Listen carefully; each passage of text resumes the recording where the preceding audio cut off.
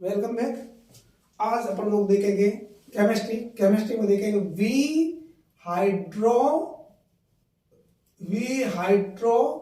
हेलोजनीकरण डीहाइड्रोहेलोजनेशन। क्या? डीहाइड्रोहेलोजनेशन। वी का मतलब विलोपन, किसका? हाइड्रोजन और हेलोजनीकरण हेलोजन का। इसमें इसका मतलब क्या है? इसमें हाइड्रोजन को हटेगा और हेलोजन हटेगा। ठीक है, कौन हटाएगा? हटाने वाला एक तो होगा एल्कोहलिक KOH। कौन होगा भाई? एक एल्कोहलिक KOH और एक होगा NaNH2। इसका क्या नाम है भाई? NaNH2 का क्या नाम है? इसका नाम है सोडामाइड। सोडा लाइम नहीं, सोडा लाइम होता है NaOH प्लस CaO, है ना? NaOH प्लस CaO को सोडा लाइम बोलते हैं, जिसका काम है डीकार्बोक्सिलेशन करना, यानी CO2 को निकालना। इसको बोलते हैं क्विक लाइम या कैल्शियम ऑक्साइड। ठीक है ना? और ये है सोडामाइड, ये है सोडा लाइम। दोनों को याद करना अच्छी तरह से। ये कैसे बनता है? जब सोडियम की रिएक्शन कराते हैं अमोनिया के साथ में, ठीक है, तो आपका सोडामाइड प्राप्त होता है। ठीक है ना? एल्कोहलिक KOH अलग चीज है, जलीय KOH अलग चीज है, दोनों का अलग अलग काम है। ठीक है? एल्कोहलिक KOH क्या काम करेगा? एक हाइड्रोजन को एक हेलोजन को हटाएगा। जैसे आपको बताऊं क्या होता है जबकि एथिल क्लोराइड की अभिक्रिया एल्कोहलिक KOH के साथ करवाई जाए, क्या होगी? बोल भाई। ठीक है, एल्कोहलिक KOH के साथ करवाई जाए क्या होगा? क्या होगा? आपका यहाँ का हाइड्रोजन हटेगा और यहाँ का H हटेगा। समझ गए बात को? जिस कार्बन से हाइड्रोजन जुड़ा हुआ है उसके पास वाला कार्बन का हाइड्रोजन हटेगा और वो हट गया। ये दोनों को हटा देगा और क्या बना देगा? CH2 double bond CH2। बात आएगी समझ में नहीं? ठीक है, एल्कीन बन जाएगी, एथिलीन।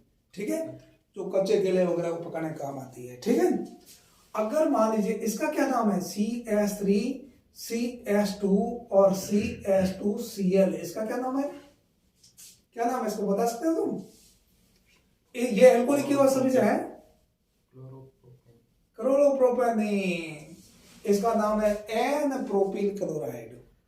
क्लोरोप्रोपेन बोलेंगे तो 1 क्लोरो बोलेंगे, क्योंकि इसका समावी है ना, ये आपका 2 क्लोरोप्रोपेन भी है। ठीक है ना? इसलिए कोई लिखता है ना इसको क्लोरोप्रोपेन, उसको 0 नंबर मिलेगा। ये क्लोरोप्रोपेन तो दोनों ही है ना, दो समावी हो गए।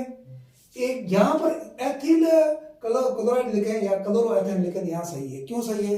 क्योंकि क्लोरोएथेन एक ही होता है, दो नहीं हो सकता है। जैसे आपने देखा अगर कभी कभी क्लास होती है, क्लास में बहुत सारे बच्चे होते हैं, तो उस बच्चों को अपन क्या करते हैं? दो एक ही नाम के, जैसे मानाराम करके 3 लड़के हैं तो मानाराम 1 मानाराम 2 ऐसा करते हैं, नहीं करते हैं? या उसके पिताजी का नाम आगे लिखते हैं, जो भी हो। ठीक है ना?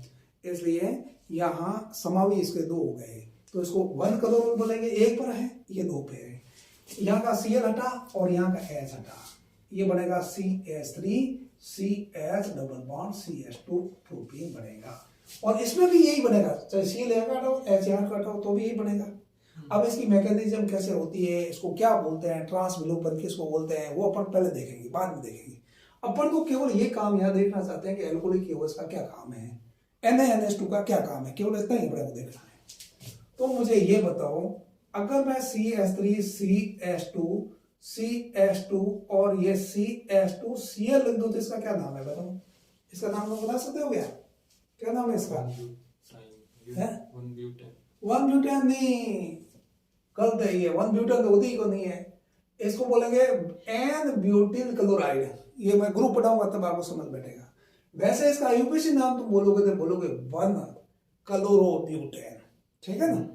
समझ गए मेरे? 1 क्लोरोब्यूटेन। इसका एल्कोहलिक KOH मैं नाम भी लिखूं तो आप ये समझना एल्कोहलिक KOH है। ठीक है?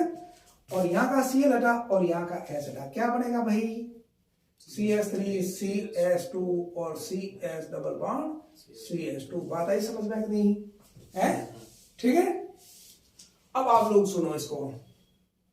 अगर मैं इसको लूं CH3 CH2 और CH और ये CH3 ये Cl, इसमें क्या बनेगा? इसके एल्कोहलिक KOH के साथ रिएक्शन क्या बनेगा? इसका नाम क्या है? इसको बोलेंगे द्वितीयक ब्यूटील। द्वितीयक क्यों? अपन लोग पढ़ेंगे, ग्रुप पढ़ेंगे। और ब्यूटील क्यों? 4 कार्बन क्लोराइड, द्वितीयक ब्यूटील क्लोराइड। IUPAC नाम है इसका होगा 1 टू क्लोरोब्यूटेन। ठीक है, अब इसकी दो संभावनाएं, Cl यहाँ काटे, H यहाँ काटे, दूसरा Cl यहाँ काटे और H यहाँ काटे, दो प्रोडक्ट बन गए नहीं बन गए? तो आपका ये बनेगा CH3 CH double bond CH CH3। क्या नाम है भाई इसका? 2 ब्यूटीन। ठीक है, और या ये बनेगा 1 ब्यूटीन। मुख्य उत्पाद होगा ऊपर वाला, ये 2 ब्यूटीन, और ये आपका क्या होगा? आपके गौण उत्पाद, माइनर प्रोडक्ट होगा 1 ब्यूटीन। वो सेजब का रोल कि डबल बॉन्ड के कार्बन परमाणु से जितने जुड़े, डबल बॉन्ड के कार्बन परमाणु से जितने एल्किन ग्रुप जुड़े हुए हैं वो एल्किन होनी अधिक बनेगी और स्थायी होगी। बात आई समझ में नहीं? ठीक है, कल अपने पढ़ाई यही बात है। तो एल्कोहलिक कीवर्स का क्या काम हुआ? एल्कोहलिक कीवर्स का काम हुआ है आपका क्लोरीन को और हाइड्रोजन को हटा देना। ठीक है, ये बात समझ में आई कि नहीं आई? अब तो मुझे ये CH3 CH3 CHCl2 क्या नाम है इसका? अगर एक ही कार्बन परमाणु पर दो हेलोजन जुड़े हुए हैं तो उसको बोलेंगे जैमडाई हैलाइड। ठीक है, समझ में आ गया नहीं? और पास पास के कार्बन परमाणु से H जुड़ा हुआ है, सॉरी हेलोजन जुड़ा हुआ है, तो उसको बोलेंगे विसिनल हैलाइड। ये तो जैमडाई हैलाइड है, ये विसिनल हैलाइड है। बात आई समझ में नहीं? ठीक है, अब एल्कोहलिक कीवर्स से रिएक्शन कराऊंगा तो क्या होगा भाई? एल्कोहलिक कीवर्स और इसको गर्म कर दिया। ठीक है, बात आई समझ में नहीं? ठीक है ना? तो यहाँ का Cl आपका और यहाँ का H हटेगा। ठीक है ना? और यहाँ बन जाएगा CH2 डबल बॉन्ड CH और ये Cl। क्या नाम है इसका? ठीक है, अपन ग्रुप पढ़ेंगे आगे, वाइनिल ग्रुप है, क्लोराइड, वाइनिल क्लोराइड है ना? अब एक चीज ये है कि डबल बॉन्ड के कार्बन परमाणु से अगर कोई हेलोजन जुड़ा हुआ है तो निष्क्रिय होता है। क्यों निष्क्रिय होता है अपन आगे पढ़ेंगे, जब पढ़ेंगे मैकेनिज्म वगैरह। तो निष्क्रिय होता, उसको हटाने के प्रबल सार NaNH2 की आवश्यकता होती है। ठीक है, तो अब डबल बॉन्ड से कार्बन परमाणु जुड़ा हुआ है तो उसको NaNH2 काम में लेंगे, ये हटाएगा इसको करो। ठीक है ना? तो CH और ये ट्रिपल बॉन्ड CH क्या बनेगी? एसिटिलीन बनेगी। क्या बनेगी भाई? एसिटिलीन बनेगी। ऑक्सी एसिटिलीन ज्वाला एसिटिलीन होती है ना, oxy acetylene acetylene ethyne acetylene है भाई, वेल्डिंग वगैरह में काम आती है, यही होती है ये काम है। ठीक है ना? ये क्वेश्चन है आपके पिछले बार है ना? अब सुनो, इसमें आपकी बुक है NCERT बुक में ये दे रखा है एल्कोहलिक कीवर्स भी यहाँ यूज करते हैं, लेकिन उसमें ज्यादा ऊर्जा की आवश्यकता होगी फिर, है ना? ज्यादा गर्म करना पड़ेगा।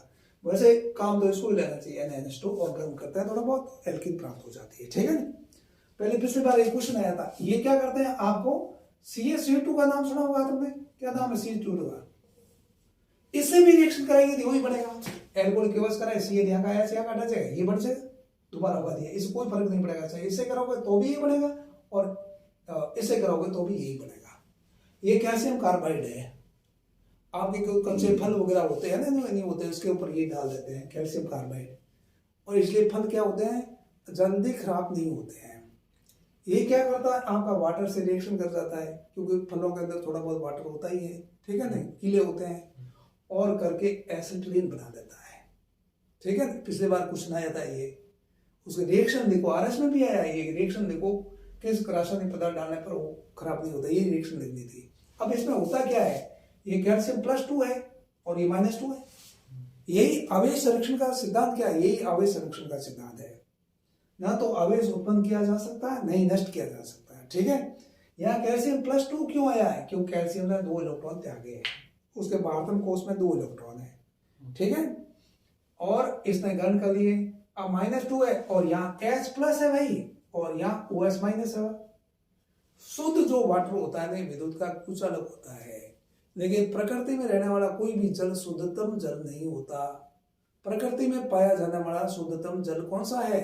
जो बरसात का जल प्राप्त होता है, वो नीचे गिरा तो लवण घुल जाते हैं, लेकिन पानी ऊपर से नीचे गिरता है बारिश के रूप में, तो पहले ही मैं बता चुका हूं, एक कार्बन डाइऑक्साइड गैस होती है, उसके अंदर अवशोषित होकर कार्बोनिक अम्ल बना देती है। ठीक है ना? वो दुर्बल एसिड होता है। ये बात समझ में आएगी नहीं? ठीक है, इसलिए एस, तुम फिजिक्स का नियम जानते ही हो, ठीक है ना। एस प्लस यहाँ जुड़ जाएगा और ओ एस माइनस यहाँ जुड़ जाएगा, तो इसके साथ कैल्शियम हाइड्रोक्साइड बन जाएगा, ठीक है। सेलेक्ट लाइन, जिसको मैं पहले आपको बता चुका हूँ, CSOH2। ये बात समझ में आई कि नहीं आई, ठीक है। अब आपको कल क्या करना है, इतना तो मैंने कर दिया, कल आपको 2 काम करके लेके आने हैं, ठीक है। इसका रिएक्शन आपको करा है, ये CH2 और ये CH3 कर दो, इसका नाम क्या होगा, N प्रोपेलिन क्लोराइड, ठीक है। उसकी रिएक्शन करानी है अल्कोहल की बस, फिर आपका सोडा NaNH2 से रिएक्शन कराना है, ठीक है। पता है समझ में नहीं, तो ये आपको समझ में बैठ जाएगा। आज वी हाइड्रोहाइड्रोजन एक ही रिएक्शन करेंगे, कल इसे अगले वाला अपन देखेंगे, ठीक है ना। तो अब बहुत सारा जो पार्ट हमने पढ़ा है वो 2-3 दिन में अपना रिएक्शन काफी कर लेंगे, उसके बाद अपन प्रैक्टिस पर जो ध्यान देंगे, ठीक है। फिर अपन शुरुआत करेंगे बिल्कुल आपका जीरो से, अगर केमिस्ट्री जीरो से नहीं भी आया उसको भी, केमिस्ट्री नहीं भी आएगी उसको भी मास्टर बना देंगे, ठीक है। ओके।